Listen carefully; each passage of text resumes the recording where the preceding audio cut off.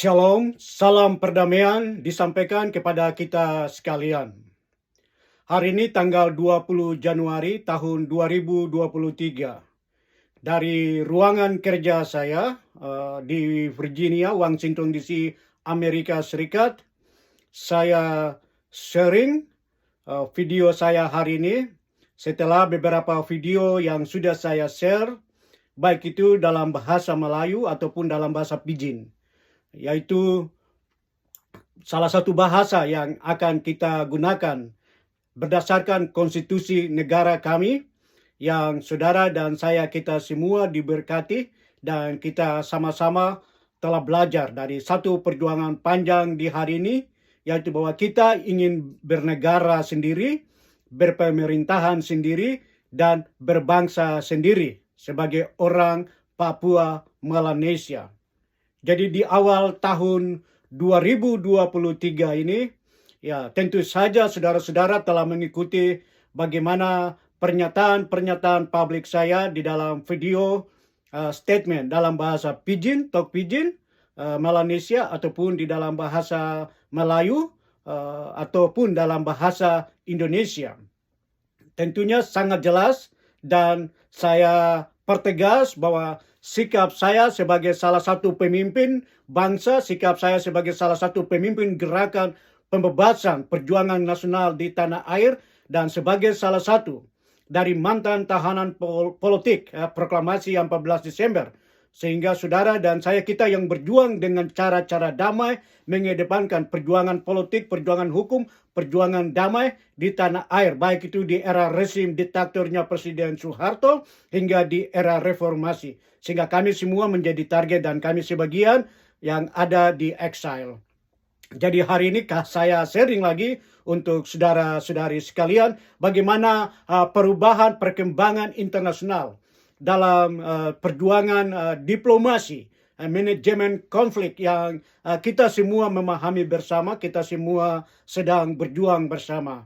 Baik, saudara-saudara sekalian, tentunya saudara telah mengikuti salah satu video yang saya menjelaskan tentang bagaimana latar belakang perjuangan bangsa di tahun 1960-an.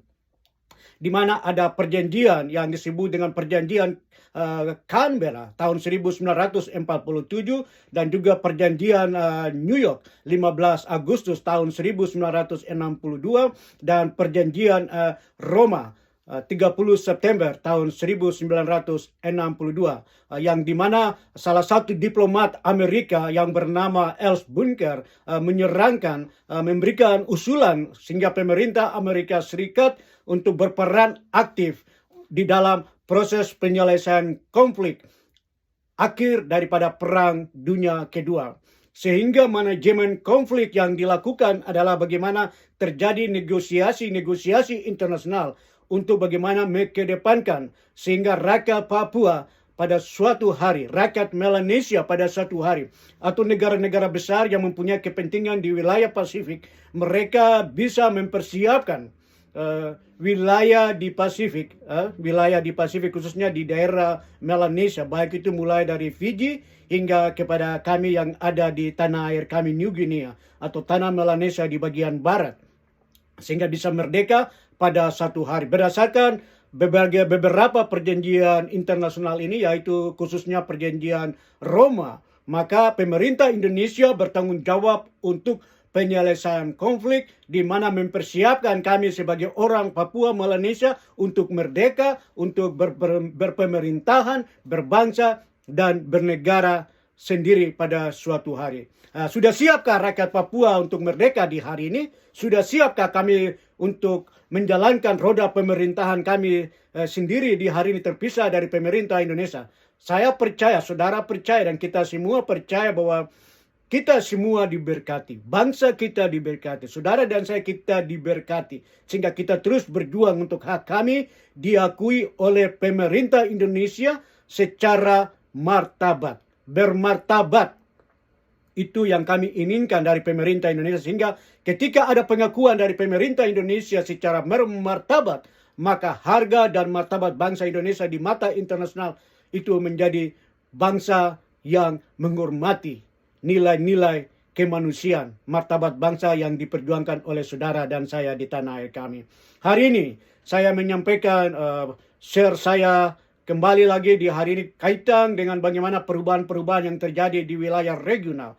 Kita melihat bahwa terbentuknya wilayah beberapa forum-forum di wilayah Pasifik, baik itu dari Komisi Pasifik Selatan hingga sekarang kita kenal Pacific Island Forum, Forum Pasifik, atau secara khusus di wilayah Melanesia yang kita sebut dengan MSG, Melanesia Spirit. Kita telah mendapatkan dukungan yang luar biasa, yang diberkati, sehingga di mana saudara dan saya kita telah memposisikan perjuangan martabat bangsa kita di bawah nama Badan Koordinasi yang disebut dengan ULMP sebagai salah satu yang akan diputuskan oleh pemerintah di wilayah Melanesia MSG untuk menjadi anggota sebagai salah satu saudara-saudaranya di wilayah Melanesia Spirit Group.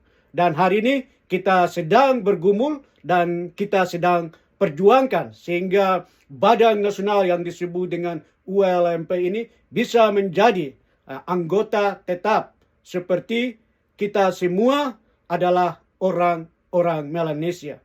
Saudara-saudara sebangsa, setanah air sebagai satu wilayah Melanesia di Pasifik.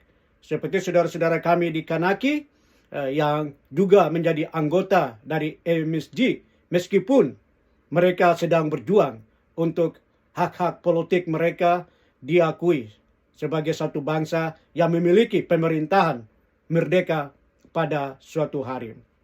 Dengan demikian pada hari ini saya kembali lagi share kepada saudara-saudara, mari kita mendoakan proses yang sedang terus diperjuangkan oleh saudara-saudara kami di wilayah regional di Pasifik dan juga wilayah Melanesia secara khusus, di mana pemerintah Vanuatu yang tentunya berperan sangat aktif sekali di dalam posisinya untuk mendukung perjuangan bangsa kami sehingga kita bisa mendapatkan dukungan dari regional dan juga diikuti dengan sejumlah negara-negara yang tergabung di dalam Pacific Island Forum. Dan itu terbukti ketika kita melihat perkembangan di Pacific Island Forum, kita mendapatkan dukungan yang luar biasa di mana ada sorotan dari saudara-saudara kami di wilayah Pasifik untuk masalah Papua harus dibawa ke tingkatan lebih tertinggi lagi, yaitu di dalam persidangan Majelis Umum PBB.